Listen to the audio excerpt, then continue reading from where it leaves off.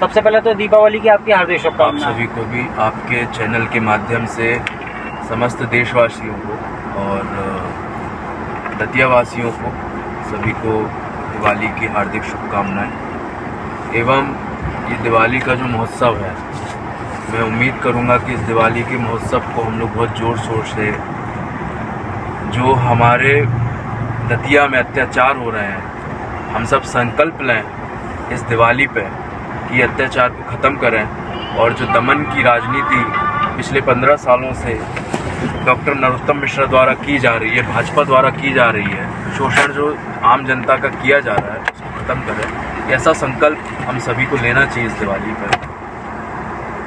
आपसे मेरा पहला सवाल है कि जैसा आपके विरोधी कहते हैं कि आप चुनाव के समय ही दिखते हैं, उसके बाद 5 साल जनता से आप दूरी बना लेते हैं, ऐसा क्यों? देखिए, चुनाव के समय दिखना, मैं क्योंकि राजनीति में नहीं हूँ, सबसे पहली बात, और राजनीति में सक्रियता मेरी इतनी नहीं है। मेरे पिताजी राजनीति में हैं और उनकी मैं मदद करने के लिए हमेशा तत्पर रहता हूँ। और दतिया मेरा घर है, मेरी जन्मभूमि है दतिया, तो दतिया से मेरा हमेशा पारिवारिक संबंध रहा है और जीवन भर रहेगा।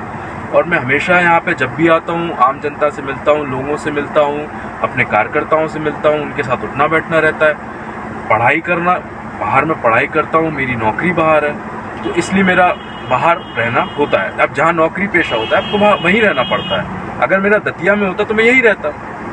जैसा कि कहा जाता है, हर मन से माननीय डॉक्टर नरोत्तम मिश्रा बोलते हैं कि आप विकास के नाम पर वोट दीजिए, और वहीं कांग्रेस के लिए बोलते हैं कि वो भ्रम फैलाने की राजनीति करती है। अगर ऐसा है तो मैंने 15 साल में विधायक रहा, गृह मंत्री भी मैं रहा हूँ, माननीय मंत्री का कहना है, मंत्री जी का कहना है, 15 साल में विधायक रहा हूँ, मंत्री भी हूँ, तो मेरे ऊपर मेरे लिए विकास के नाम से वोट दें, और जो भारतीय कांग्रेस पार्टी है वो 35 साल का हिसाब दें। देखिए, पहली बात तो आप 35 साल का हिसाब मांगते हैं, तो राजनीति में युगों युगों में डिमांड बदलती है। लोगों की जो उम्मीदें होती हैं, जो डिज़ायर्स होते हैं, जो लोगों की जो चाहतें होती हैं, वो हर 5 साल में बदलते हैं।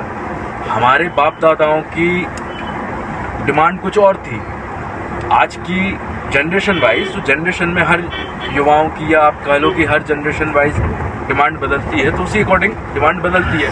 अब 35 साल पहले जो कुछ भी मेरे दादाजी ने, मेरे पिताजी ने उनको जो कुछ भी दिया है, देखिए, व्यक्तिगत विकास होता है। पहली बात, विकास हमेशा व्यक्तिगत होता है। आप मंत्री जी का 15 साल आप पूरा शासन देख लीजिए, जिसमें उन्होंने केवल खोखली बिल्डिंग खड़ी करी है।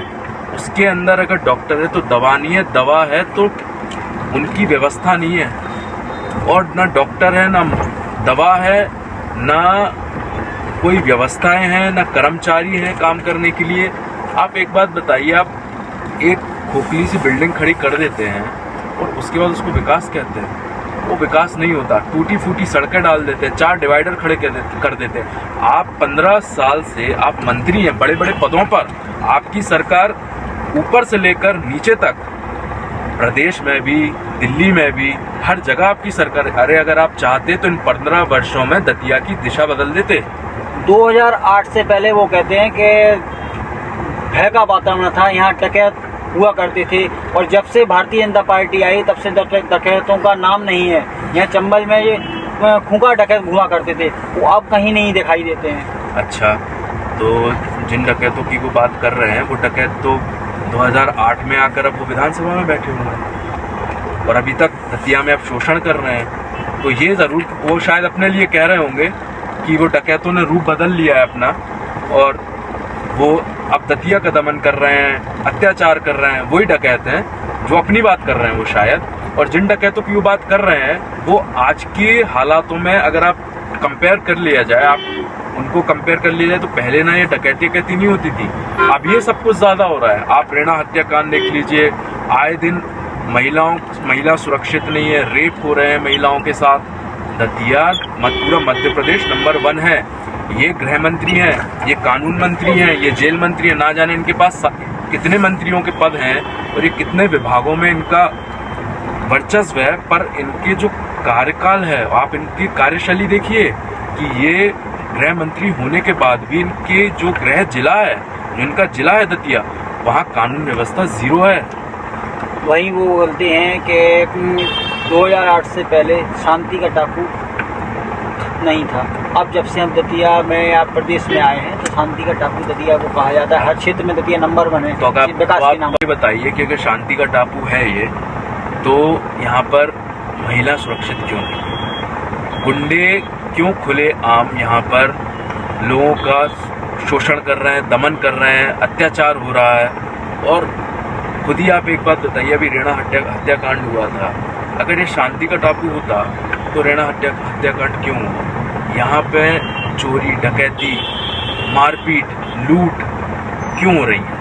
तो शांति का टापू बनाने के लिए आप गृह मंत्री हैं, आपके अंदर में पूरी पुलिस विभाग आती है। पुलिस विभाग को तो इन्होंने विरोधियों, अपने जो इनके प्रतिद्वंदी हैं, उन कांग्रेस पार्टी जो इनका मेन अपोजिशन है, उसके पीछे लगा रखा है। पुलिस को तो इन्होंने पूरे तरीके से खुद के संरक्षण में, खुद के सुरक्षा में लगा रखा है, और बाकी चीज़ें जो इस्तेमाल पुलिस का सही जगह करना चाहिए वो करेंगे नहीं, और उल्टा जो निर्दोष व्यक्ति हैं उनको पुलिस के द्वारा टॉर्चर किया जाता है, उनको पुलिस के द्वारा परेशान किया जाता है।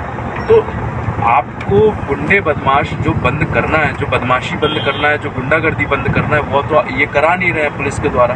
तो ये इनका आप खुद कार्यशैली देख लीजिए। गृह मंत्री एक लीगल मिनिस्टर, जो कानून मंत्री, जो लॉ मिनिस्टर होता है, आपके हाथ में अगर लीगल डिपार्टमेंट होता है तो आपके गृह जिले में इतना सा भी कुछ भी गैरकानूनी काम नहीं होना चाहिए। पर इनके कार्यकाल में, इनके कार्यशैली आप देखिए कि सबसे ज़्यादा गैरकानूनी काम हुए हैं इनके गृह मंत्रालय। जब से गृह मंत्री बने हुए, तब 2008 में तो हुए ही है, पर जब से गृह मंत्री बने हुए तब से सबसे ज़्यादा गैरकानूनी काम चल रहे हैं यहाँ पर, चाहे वो सट्टा हो, चाहे वो कट्टा हो। जैसा कि वो कहते हैं कि हमने दतिया को उड़ता हुआ उड़ान भरता दतिया बना दिया है। इस नज़रिए से आप क्या कहेंगे? देखिए, मुझे लगता है दतिया अगर उड़ रहा होता तो आज जो युवाओं की, व्यापारियों की, किसान की, गरीब की और हर वर्ग की, जो आप खुद सोचिए, जो उनकी बातें हैं वो तो परेशानी भरी हुई है। हर आदमी परेशान चल रहा है, शोषण इतना ज़्यादा हो चुका है कि वो, आप एक बार बताइए, ठीक है, आपका सवाल जो आपने पूछा कि विकास हो रहा है, आप एक बार बताइए, सीधा सीधा मैं आपको एक सवाल उनसे पूछना कहता हूँ, गृह मंत्री जी ने अगर विकास किया है तो उन्हें 2008 से लेकर इस चुनाव में भी धन, बल और छल की ज़रूरत क्यों पड़ रही है? निष्पक्षता से चुनाव लड़िए ना भाई, आइए आमने सामने लड़िए। धन, बल और छल की ज़रूरत क्यों है? और एक बार गृह मंत्री जी ईमानदारी से चुनाव लड़के देख लें, हार नहीं गए, और ये पहले भी आ जाते तो अब तो वो हार ही रहे हैं। और एक बार वो ईमानदारी से चुनाव लड़के देख लें, ना वो धन का इस्तेमाल करें, ना बल का, ना छल का, और ना उनका जो प्रशासनिक अधिकारी जो उनका साथ देते हैं या अभी दे भी रहे हैं, उनका भी इस्तेमाल ना करें। अगर कांग्रेस कहीं ना कहीं सत्ता में आती है और यहाँ से राजन भारती जी एमएलए बनकर विधानसभा जाते हैं तो उनका क्या दतिया के लिए क्या रहेगा? देखिए, सबसे पहले तो हमारे क्षेत्र में कृषि क्षेत्र है ये, क्योंकि दतिया एग्रीकल्चर फील्ड से आता है, तो इसमें सबसे पहले तो किसानों के लिए उनको सबसे ज़्यादा मदद दी जाएगी। किसानों को चाहे उनके जो सही दाम उनको जो प्रोवाइड किया जाएगा, और फिर उसके बाद जो युवा पीढ़ी है, जो आज की युवा पीढ़ी कट्टे सट्टे में उलझी हुई है, अपना जो उनका पूरा कैरियर है युवा पीढ़ी का, वो बर्बाद होने को उतारू है, ऑलमोस्ट हो ही चुका है, और वो होने पे उतारू भी है, क्योंकि हर युवाओं के पास रोज़गार नहीं है। भर्तियों में घोटाले होना, एम्प्लॉयमेंट है नहीं, रोज़गार नहीं है, तो स्वाभाविक सी बात है कि जो युवा पीढ़ी है वो कहीं ना कहीं भटकेगी। पढ़ाई लिखाई मैंने भी की है, आप सभी करते हैं, हम पढ़ते लिखते, तो एक माँ बाप अपने बच्चों को इसलिए पढ़ाते हैं कि उनको आगे चल के रोज़गार मिलेगा, जॉब करेगा लड़का, IAS बनेगा, कलेक्टर बनेगा, अच्छी जगहों पर ऊंचा नाम करेगा, कुछ अच्छा बनेगा। पर जब किसी के पास रोज़गार ही नहीं है, जब किसी को सरकार भर्ती घोटाला कर रही है, सरकार बीजेपी की, और रोज़गार नहीं दे रही है, तो फिर स्वाभाविक सी बात है कि युवा पीढ़ी अपना रास्ता भटक जाती है और वो कट्टे सट्टे में उलझ चुके हैं। दूसरी चीज़ यहाँ पर एक सबसे पहली आती है कि युवाओं को रोज़गार देना, ये सबसे बड़ा आज की डेट में क्वेश्चन मार्क है बीजेपी के पूरे सरकार के ऊपर। चाहे वो दिल्ली में बैठी हुई है, पूरे देश में जो बैठी सरकार बीजेपी की है, उस पर पूरा क्वेश्चन मार्क है ये। दूसरी सबसे बड़ी चीज़ आती है कि यहाँ पे जो फैक्ट्रीज़ हैं, फैक्टराइजेशन जिसको हम लोग इंडस्ट्रियलाइजेशन, फैक्टराइजेशन, ये लाने की पूरी कोशिश रहेगी। और स्वास्थ्य से संबंधित व्यवस्थाएं बहुत ही ज़रूरी है, क्योंकि आपने बिल्डिंग खड़ी कर ली और बिल्डिंग के अंदर अगर डॉक्टर नहीं है और कर्मचारी नहीं है और आपके दवाइयाँ नहीं हैं और भी जो सर्विसेज होती हैं, अगर आप वो प्रोवाइड नहीं करा पा रहे हैं तो ऐसी बिल्डिंगों को कोई मतलब नहीं है। तीसरी चीज़ कानून में व्यवस्था, जो हम लोग सोच रहे हैं, जो हमारा खुद का जो मेरा मानना है कि कानून व्यवस्था ऐसी होना चाहिए कि जहाँ पे चप्पे चप्पे पे ज्यूरिसडिक्शन के हिसाब से आपकी पुलिस चौकियाँ होना चाहिए, पुलिस की ज़्यादा से ज़्यादा भर्तियाँ होना चाहिए। तो ये कुछ हम लोगों के इस तरीके के आने वाले समय में हम लोग दतिया को उठाएँ बहुत ही ज़रूरी है, क्योंकि आपने बिल्डिंग खड़ी कर ली और बिल्डिंग के अंदर अगर डॉक्टर नहीं है और कर्मचारी नहीं है और आपके दवाइयाँ नहीं हैं और भी जो सर्विसेज होती हैं, अगर आप वो प्रोवाइड नहीं करा पा रहे हैं तो ऐसी बिल्डिंगों को कोई मतलब नहीं है। तीसरी चीज़ कानून में व्यवस्था, जो हम लोग सोच रहे हैं, जो हमारा खुद का जो मेरा मानना है कि कानून व्यवस्था ऐसी होना चाहिए कि जहाँ पे चप्पे चप्पे पे ज्यूरिसडिक्शन के हिसाब से आपकी पुलिस चौकियाँ होना चाहिए, पुलिस की ज़्यादा से ज़्यादा भर्तियाँ होना चाहिए। तो ये कुछ हम लोगों के इस तरीके के आने वाले समय में हम लोग दतिया को इस तरीके से ले जाएंगे। हाँ, ये बात ज़रूर है कि बात अब विकास की आती तो हम खोखली बिल्डिंगें नहीं बनवाएंगे और नकली गड्ढों वाली सड़क नहीं बनवाएंगे और गुंडे पैदा नहीं करेंगे। दतिया में वो कहते हैं कि भय मुक्त वातावरण है, व्यापारी व्यापार कर रहा खुले मन से, महिलाएं रात को 12 बजे भी कहीं भी घर से कहीं भी आ जा सकती हैं। अच्छा। इस तरीके से तो हर मन से कहा जाता है। तो आप एक बात बताइए, ये तो नहीं, और अगर वो आ जाएंगे तो वही 2008 से पहले का वातावरण दतिया में फिर व्यक्त होगा। इस बारे में आपका क्या कहना है?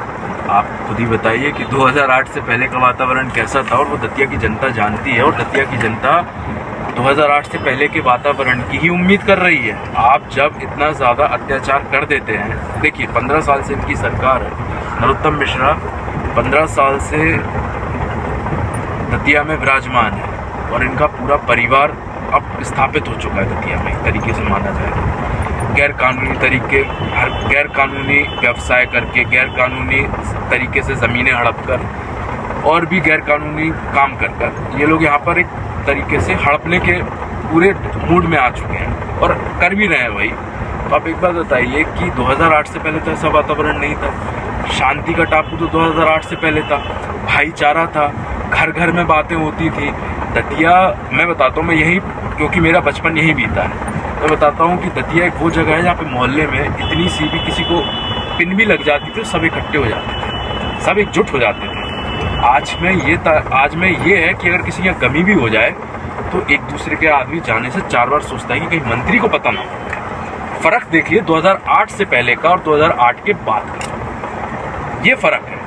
मेरा आपसे आखिरी क्वेश्चन है कि भविष्य में अगर कहीं आपको राजनीति में आना पड़े या आपको कहीं चांस मिले तो आप जनता की सेवा किस हद तक जाने के तैयार हो?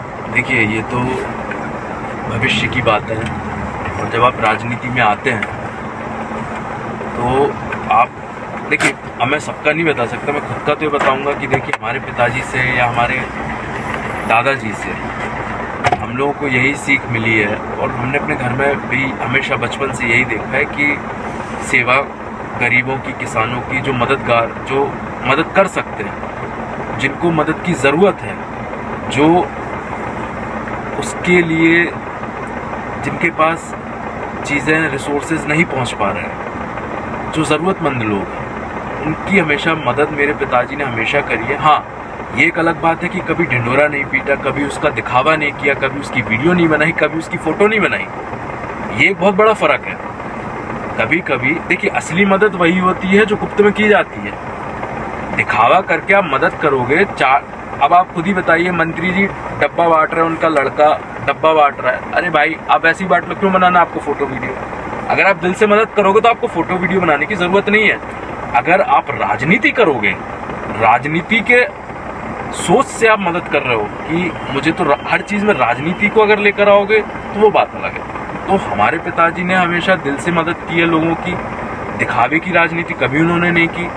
मंदिर भी जाते हैं, हम भी मंदिर जाते हैं, पिताजी मंदिर जाते हैं, हमारा परिवार पूजा पाठ करता है, फोटो वीडियोस नहीं बनाते हैं कि आज वो पीताम्बरा पीट गए हैं तो भैया हाथ जोड़ रहे हैं, वो माई के दर्शन करते टाइम फोटो हो गई, वीडियो हो गई। हाँ, एक आध दो बार अगर कार्यकर्ता खींच के डालना वो एक अलग बात है, पर सार्वजनिक रूप से अगर हर बार ही अगर ऐसा करा जाए तो दिखावे की राजनीति मेरे घर में कभी रही नहीं है, और ऐसी राजनीति मैं भी नहीं करूंगा। विकास की राजनीति करूंगा।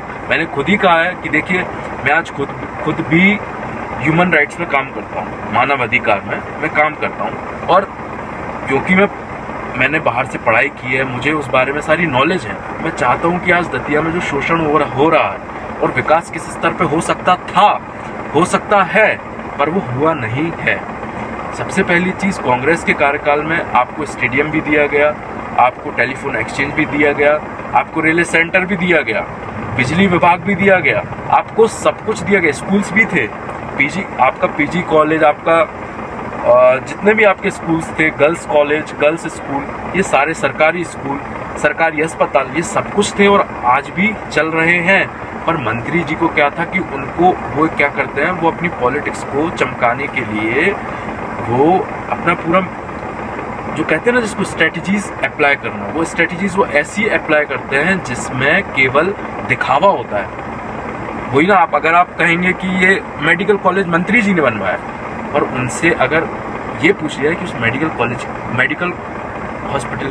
कॉलेज के अंदर है क्या, उनसे एक बार ये पूछ लिया कि जो अस्पताल बनवाया है उसके अंदर है क्या, क्या सुविधाएं हैं, ये नहीं बताएंगे वो। बिस्लरी की बोतल से भैंसें आती है, ऐसा उनके कार्यकर्ता कहते हैं, क्योंकि मंत्री जी ने बातें फैलवाई हैं। मैं अभी कम से कम ना जाने कितने गाँव होकर आया हूँ, 20-25 गाँव मैंने करे अभी इन 2-3 दिनों में। 3 दिन हो चुके, 3-4 दिन।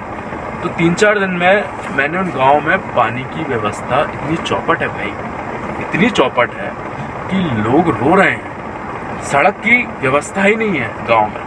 जैसा कि आपने पिछले सवाल में कहा कि बिल्डिंगें बनवा दी, वहीं वो कहते हैं कि हमने 15 साल में इतनी बिल्डिंगें बनवा दी हैं कि अगर कांग्रेस आती है या भारती जी आते हैं तो वो उन बिल्डिंगों की पुताई तक नहीं करवा पाएंगे।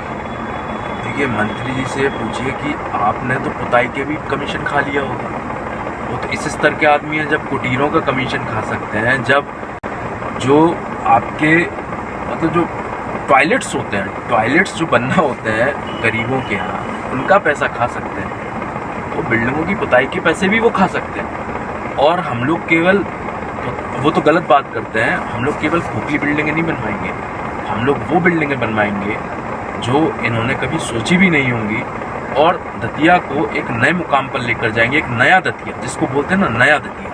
दतिया देखिए, अगर भोपाल को या आप किसी भी सिटी को, जो आज बोला जाता है न्यू दिल्ली, पुरानी दिल्ली, न्यू भोपाल, पुराना भोपाल, ये बोला जाता है, अगर आप ये प्लान लेके आते, मंत्री जी अगर ये प्लान लेके आते, तो आज ना रड़ टूट रही होती, ना बग्गी खाना टूट रहा होता, ना दतिया की ऐतिहासिक धरोहर को तोड़ना पड़ता। ये सबसे बड़ा सवाल ये आता है कि आपने क्यों वहीं पर, उसी जगह पर जो दतिया की ऐतिहासिक धरोहर है, चाहे वो बग्गी खाना हो, चाहे वो अपना बड़ा ये गेट हो रर वाला, आपको तोड़ने की जरूरत इसलिए पड़ी कि आपको अपनी राजनीति चमकाना थी, आपको कमीशन खाना था। हर बार आज वहाँ के लोगों को आपने 10-10 किलोमीटर दूर फेंका हुआ है, जिनके पास आज ना पानी की व्यवस्था है, ना जिनके पास सड़क की व्यवस्था है, वो लोग शहर में भी नहीं आ पा रहे हैं। हर मंच से वो अपने कार्यक्रमों के हर मंच से ये बोलते हैं कि जितना भी मैं विकास करने की सोचता हूँ, और राजेंद्र भारती जी कहीं ना कहीं स्टे तक लेके आते हैं, चाहे वो बाथरूम हो या वो रर की दीवार हो या कोई XYZ काम दतिया में होता है तो वो सबसे पहले स्टे लेके आते हैं। इस पर आपका क्या कहना है? देखिए, राजेंद्र भारती जी स्टे उनके कामों पर लेकर नहीं आते, राजेंद्र भारती जी स्टे लेकर आते हैं उनकी गलत नीतियों, जनता के शोषण जब वो करते हैं अपनी नीतियों के जरिए, राजेंद्र भारती जी उस पर स्टे लेकर आते हैं। सबसे पहली चीज़ घर पर अगर वो स्टे लेकर आए थे तो वो इसलिए लेकर आए थे, मेरे पिताजी स्टे इसलिए लाए थे, जो लोगों को आज 10 किलोमीटर दूर फेंक दिया गया है। अब एक बात बताइए, मैं अपने घर में जहाँ पला हूँ, जहाँ बड़ा हुआ हूँ, जहाँ मैंने पढ़ाई करी है, अगर मुझे मेरा घर छीन लिया जाए और मुझे किसी और घर में डाल दिया जाए, तो एक वो फीलिंग होती है मेरे भाई, वो एक कि जहाँ उस घर से तो आपका जुड़ाव रहता है ना, लगाव रहता है, वो आपका पैतृक मकान है। उस चीज़ पर स्टे लेकर आए थे कि भाई जो इनका पैतृक मकान है, जहाँ से लोगों को हटाया गया है, वहाँ से ना हटाया जाए और उनके मकान, क्योंकि यार देखो, आदमी जमा पूंजी करता है और फिर एक मकान बनाता है, आदमी जॉब करता है, मकान बनाता है, और सबसे बड़ी नीड होती है छत, एक सबसे बड़ी नीड। आपने छत ही छीन ली और आपने उनको मकान, मैं कल गया था उस साइड पर, तो वहाँ पे आपने मकान के नाम पे क्या दिया है? आपने मकान के नाम पे क्या दिया कि वहाँ पे तार तक लटके, एक पूरा परिवार खत्म हो गया, उसका वीडियो तक वायरल हुआ है। अभी अपन रास्ते में आ रहे थे तो शायद आपने ध्यान दिया हो कि लाल महल जो बन रहा है, जी। इस बारे में आपका क्या कहना है? मंत्री जी का लाल महल, ये किसका है? ये मंत्री जी का जो आप सुनने में तो ये भी आ रहा है कि वो जो जमीन थी वो कुशवाहा समाज के लोगों की जमीन थी, और उनकी जो जमीन की जो रजिस्ट्री है, रजिस्ट्री वो 4 लोगों के नाम है। तो क्या कांग्रेस सरकार आने के बाद या भारती जी एमएलए बनने के बाद उस लाल महल का या तो जमीन, तो देखिए, जिसकी ज़मीन है उसको वापस मिलना चाहिए वो ज़मीन, और वो जो लाल महल जो बनाया हुआ है, वो जहाँ पे अपना खुद का, अब मैं वो गलत उन शब्दों का इस्तेमाल नहीं करता हूँ, और जहाँ पे वो जिस तरीके की अपने जो भी करते हैं, जो भी उनके जो बीजेपी को नेता मंत्री जो शौकीन हैं वो हर चीज़ के, उनका चाहे पुत्र हो चाहे वो शौकीन टाइप के लोग हैं, और वो जो अपने शौक पूरे उस लाल महल में कर रहे हैं, तो वो शौक 3 दिसंबर को ख़त्म हो जाएंगे उनके, और फिर वो अपने शौक डबरा जाकर करें, या फिर उन्होंने जहाँ अपनी प्रॉपर्टी ले रखी है पूरे भारत में या भारत के बाहर भी, तो वहाँ वो अपने शौक पूरे करें, क्योंकि उन्होंने पैसा बहुत कमा लिया है, तो शायद अब उन्हें हारने का भी डर नहीं है, और अगर है तो फिर वो ज़्यादा जानते होंगे। पर हाँ, जिसकी ये ज़मीन थी उसको ये ज़मीन वापस करी जाएगी, और मेरा विचार तो ये भी है कि बग्गी खाना वापस बनाया जाए दोबारा, और अच्छे तरीके से बनाया जाए, और जो मकान रर में तोड़े गए हैं, देखिए अब ये कहना संभव, देखिए असंभव कुछ नहीं होता है, संभवतः हर चीज़ में हर चीज़ हो सकती है, संभवतः हर प्रयास किया जाए तो संभव होता है। तो मेरा तो ये मानना है कि जिनका मकान रर तोड़ी गई है, जिनका मकान तोड़ा गया है, उनको वो वापस दिए जाए, क्योंकि वो एक पैतृक मकान होते हैं, और एक पैतृक मकान से हमेशा आपको लगाव होता है, आप वहाँ पड़े होते हैं, आप अपनी जमा पूंजी इकट्ठा करके जोड़कर आप अपना मकान बनाते हैं, तो वो सब चीज़ें हम लोग प्रयास करेंगे वापस मिले, और दतिया को एक नई ऊंचाइयों पर लेकर जाएंगे। ये खोखली बिल्डिंग, गड्ढों की सड़कें और गुंडे, ये नहीं होगा, और ये होने नहीं देंगे, क्योंकि देखिए क्या होता है कि हमारी राजनीति स्वच्छ राजनीति रही है, मेरे पिताजी की राजनीति हमेशा स्वच्छ रही है, और अब हम लोग भी, पिताजी तो ठीक है, पर अब हम लोग भी उस चीज़ को किस तरीके से इम्प्लीमेंट करना है, किस तरीके से उसको सर्कुलेट करना है पूरे दतिया जिले में, ठीक है, तो उस स्तर पे काम किया जाए। अब इस स्तर पे काम नहीं किया जाएगा कि विकास का ढिंडोरा पीटना पड़े, और मंत्री जी ने अगर विकास किया है तो उनको अपने विकास के ढिंडोरा पीटने की ज़रूरत है ही नहीं, उस विकास के नाम पे वोट मांगने की भी ज़रूरत नहीं है। मैं जब 4 साल मैं जब लौट कर आया, मैं दतिया आया, तो दतिया में देखा, मैंने बड़ा सुनता था मैं कि दतिया विकास बहुत हुआ, देखा तो यार ये विकास हुआ, केवल आपने केवल इमारतों टाइप चीज़ें बनाई हुई हैं, जब सड़कों बना दिया जहाँ पे आदमी को बोलने तक की फ्रीडम नहीं है। हमारा संविधान article 19 in constitution of India, ये हम लोगों को जो फंडामेंटल राइट्स हैं, ये हम लोगों को अधिकार देता है कि हर नागरिक स्वतंत्रता तरीके से अपनी बात रख सकता है। अगर आप उनकी नीति रीतियों पर आवाज़ उठाओगे मंत्री जी की, तो वो आपको जेल में डाल देंगे, वो आपको बंद कर देंगे।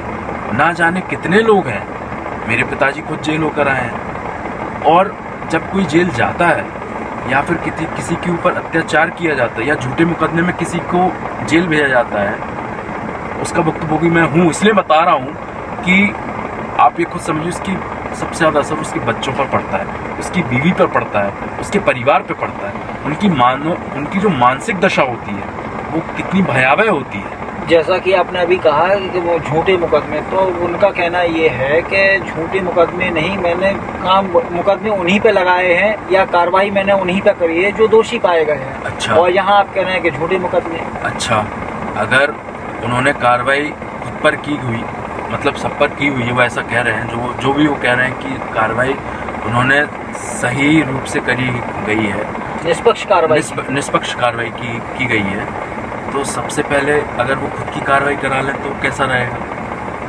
तो शायद सबसे बड़े दोषी तो वही कहलाए जाएंगे और उनका परिवार कहलाया जाएगा, और वो ऐसा नहीं करेंगे। और उन्होंने खुद के कार्यकर्ता, जो बीजेपी के कार्यकर्ता हैं, उन पर भी यही आजमाया, ये झूठी कार्रवाई अपने कार्यकर्ताओं पर भी करी। और वो ये बातें झूठ बोलते हैं, ये उन भटकाव की राजनीति करते हैं, लोगों को भटकाते हैं। आप एक बात बताइए, जो महिला, ऐसे बहुत सारे केस हैं जो पूरा प्लान करते हैं, पूरा स्ट्रेटजी बनाते हैं ये लोगों को फंसाने के लिए, और उसको सही पूरा मीडिया का इस्तेमाल करेंगे, पूरे न्यूज़पेपर्स का इस्तेमाल करेंगे, और फिर लोगों को पैसा देंगे कि तुम्हें ऐसा ऐसा बोलना है इसके खिलाफ, और फिर उसके खिलाफ जब तुम बोल दोगे तो FIR हो जाएगी, और FIR के बाद उस आदमी को उठा लिया जाएगा गलत झूठे मुकदमे में। और जो सच में दोषी है, जो गुंडे हैं, जो मर्डर कर रहे हैं, जो रेप कर रहे हैं, जो वसूली कर रहे हैं, जो शोषण कर रहे हैं जनता, वो खुलेआम घूम रहे हैं, उनके ऊपर कार्रवाई क्यों नहीं होती? मंत्री जी आप ये बताइए, क्यों नहीं होती? मैं बताता हूँ, वो इसलिए नहीं होती क्योंकि वो उनकी मदद करते हैं चुनाव में, हर तरीके से आम जनता को धमकाने में, वोट लेने में। तो ये जमीन आसमान का अंतर है। जो वो बहुत झूठे हैं, वो बहुत झूठ भी बोलते हैं, क्योंकि वो तो खैर उनके सरदार में ही, उनका सरदार है नरेंद्र मोदी जी, फेंकने की जो आदत है वो तो पूरे बीजेपी में आएगी ही आएगी। आपको आए हुए करीब 2 हफ्ते के आसपास हुआ। हाँ, 2 हफ्ते हो चुके। तो इतने दिनों में आपने जो अभी बोला 20 से 25 गांव आपने कर लिए, गांव भी आपने कर लिए, शहर में आपने कल भ्रमण किया, तो इस पूरे रिजल्ट को निकाल के देखें तो किस तरीके का माहौल दिख रहा है आपको? देखिए, माहौल तो इस बार कांग्रेस के पक्ष में है, और कांग्रेस के पक्ष में क्या बोलूँ, इस बार जनता के पक्ष में, क्योंकि ये चुनाव जो है ये जनता का है और जनता पूरी एक हो चुकी है। क्योंकि देखिए, आप एक का शोषण करेंगे ठीक है, वो भी ठीक नहीं है। पहली बात तो ठीक, शोषण नाम का जो शब्द है, मतलब आप एक्सप्लॉयटेशन कहते हैं इंग्लिश में इसको, और एक्सप्लॉयटेशन, शोषण करना ही गलत है। किसी भी व्यक्ति का हो, चाहे वो ऊंचा व्यक्ति हो, चाहे वो मध्यम वर्गीय हो, चाहे वो किसी भी वर्ग का व्यक्ति हो, वो किसी वर्ग का व्यक्ति, अगर आप किसी वर्ग के व्यक्ति का आप शोषण करते हैं तो वो गलत है। तो शोषण इन्होंने किया है, पूरी दतिया की जनता का अत्याचार किया है, दमन किया है। तो ये दमन की राजनीति करते हैं, बदले की राजनीति करते हैं, और बदले की भावना से जो राजनीति करता है वो कभी सफल नहीं होता। ये ईमानदारी से चुनाव नहीं लड़ते हैं, इसलिए ये चुनाव जीत जाते हैं। वो अपने प्रशासनिक अधिकारियों की दम पर और थोड़ा सा झोल कर इधर से उधर फर्जी वोटिंग की दम पर, बूथ कैप्चरिंग की दम पर, तो उस तरीके से चुनाव जीतना जानते हैं। इसलिए मैंने आपसे पहले कहा कि ये एक बार ईमानदारी से चुनाव लड़के तो देख लें। ये खुला चैलेंज है मंत्री जी को, ये एक बार ईमानदारी से चुनाव लड़कर देख लें। जैसा कि आप अभी बोल रहे हैं, और सरकार आपकी आएगी, MLA आपके पिताजी बनेंगे, तो युवाओं के लिए आप क्या करना चाहेंगे या क्या संदेश देना चाहते हैं? देखिए, युवा पीढ़ी एक ऐसी पीढ़ी होती है जो देश का भविष्य, और देश का भविष्य कभी आज जिन हाथों में आ चुका है वो तो बर्बादी का रास्ता। और युवा पीढ़ी कहते हैं ना कि जोश है। हमारे भगत सिंह, मैं भगत सिंह को बहुत ज़्यादा क्योंकि मानता हूँ, तो भगत सिंह को मैंने पढ़ा भी, और अगर आप भी अगर भगत सिंह को कोई भी व्यक्ति पढ़े, तो भगत सिंह जैसा व्यक्ति होना जो देश के लिए लड़ गया था अपनी कम उम्र में और फांसी पर चढ़ गया था, तो भगत सिंह जी एक वो, तो हमको तो वो प्रेरणादायक, हमारे लिए वो प्रेरणादायक है। महात्मा गांधी जी जो बैरिस्टर थे इंग्लैंड में, वो सब छोड़कर आए और फिर उन्होंने देश को आज़ाद कराया अपनी कम उम्र में। तो वही एक चीज़ें होती हैं कि देश के युवाओं को इन सभी जो फ्रीडम फाइटर्स थे उनसे सीखना चाहिए, और अपने माँ बाप को, देखिए दादा इनको ना करें, अपने माँ बाप को पूछें, अपने माँ बाप की जो नीड्स थे इंग्लैंड में वो सब छोड़कर आए और फिर उन्होंने देश को आज़ाद कराया अपनी कम उम्र में। तो वही एक चीज़ें होती है कि देश के युवाओं को इन सभी जो फ्रीडम फाइटर्स थे उनसे सीखना चाहिए और अपने माँ बाप को, देखिए दादा दादा इनको ना करें, अपने माँ बाप को पूछें, अपने माँ बाप की जो नीड्स है, जो माँ बाप ने इनके लिए अपने बच्चों के लिए सपने देखे हैं। हर माँ बाप अपने बच्चों के लिए सपने देखता है कि हमारा बच्चा बड़े होकर कुछ ना कुछ अच्छा बनेगा। ये थोड़ी देखते हैं कि सट्टे में उलझेगा, कट्टे में उलझेगा, नेताओं की चमचागिरी करेगा, भैया भैया करेगा, चाचा दादा दादा करेगा, ये थोड़ी चाहता है। हर व्यक्ति अपने बच्चों के लिए एक अच्छा भविष्य देखता है और वो भविष्य पूरा करने के लिए कांग्रेस सरकार हमेशा से कोशिश करती आई है। चाहे वो 15 महीने की सरकार थी, तब भी कमलनाथ जी की सरकार ने युवाओं के लिए अच्छे अच्छे प्लान्स निकाले थे, पर वो कुछ कारणवश सरकार गिर गई थी, आपको ही पता हुआ है। और अब जब सरकार आएगी और मेरे पिताजी विधायक बनेंगे तो युवाओं के लिए हम लोग बहुत कुछ करने के लिए सोचे हैं, जो अभी सार्वजनिक रूप से हम नहीं बोल सकते, पर हाँ हम लोग युवाओं के लिए बहुत ज़्यादा तरीके से सोचे। जैसे मैंने पहले बताया, फैक्टराइजेशन लाना, नए नए, देखिए कल एक मैं लाला के ताल पे गया हुआ था, तो वहाँ पे कुछ दुकानदार थे, तो वो मेरे से बोल रहे थे कि आप एंटरप्रेन्योर के लिए क्या सोचते हैं, मतलब आप खुद का जो बिजनेस होता है उसको डेवलप करने के लिए कैसे। मैंने कहा उसके लिए इन्वेस्टमेंट करना होता है, और इन्वेस्टमेंट का काम जो होता है वो सरकार का होता है, ठीक है, ताकि आदमी अपना खुद का बिजनेस भी चला पाए। तो एक सबसे बड़ी चीज़ होती है कि आपको इन्वेस्टमेंट, आपको उस तरीके की सोच बनाना पड़ती है, आपको प्लान्स बनाना पड़ते हैं।